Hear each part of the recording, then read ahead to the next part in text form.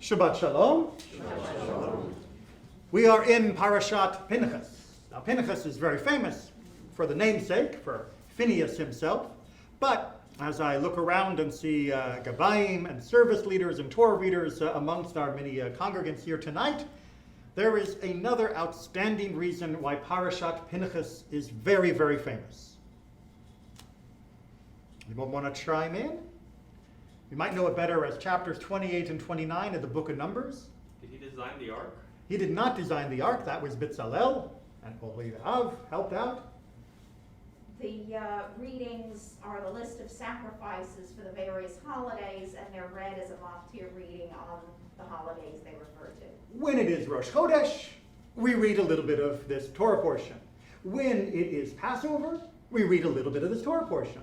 When it is Shavuot, we read a little bit of this Torah portion. When it is Sukkot, we read a lot of this Torah portion because we got 7 whole days and each one's a little different.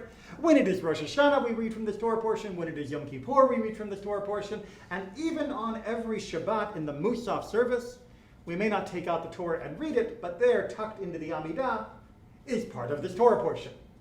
As Judy mentioned, it has the list of all of the sacrifices that take place during these different days and holidays, and also the daily sacrifice I will throw in there as well. If you want to know more about that whole structure, check out last Wednesday's Torah class when we talked about it in more detail. It's on YouTube. Like and subscribe. But those of you that are familiar and come on these different holidays and days will know that whenever we have Passover with its Torah reading plus Parashat Pinchas as the maftir, guess which part Rabbi Neely is going to talk about? The Passover reading.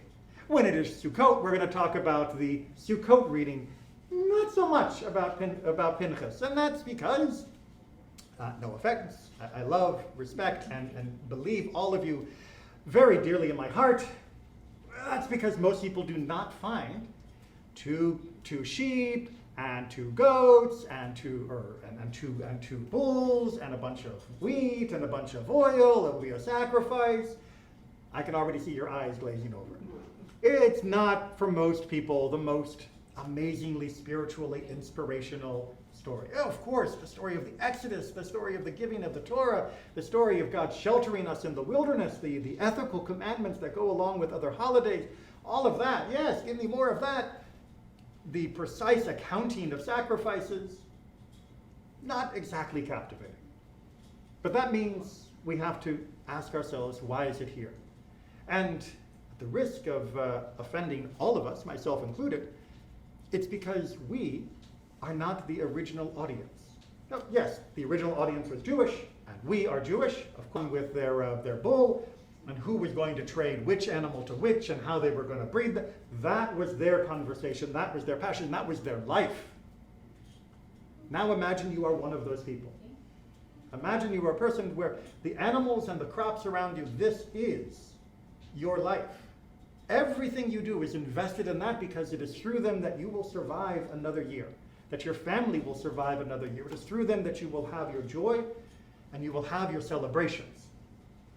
With that in mind, now, imagine you are there and you know that there in Jerusalem at the altar, an animal just like your cow, just like your sheep, just like your ram, that animal is being walked with great ceremony, great dignity, and compassion, taking good care of the beast as it comes up to the altar to be prepared as a sacrifice on behalf of the entire community for celebration of these days. Something that you treasure so dear, something that you hold so high, you recognize it is worth sharing this on the altar in order that the day can be properly celebrated with God. Something that is a true symbol of worth to you. For us, sure, we love our pets, but a cow is not a symbol of worth. It doesn't strike us emotionally as what we would give. And as such, when we read through these passages, they may feel a little overlong. But I would like to advise you, use that emotion as a substitute for the passion our ancestors would have had for these beasts. What I mean is, they looked at the gifts that were being brought very directly.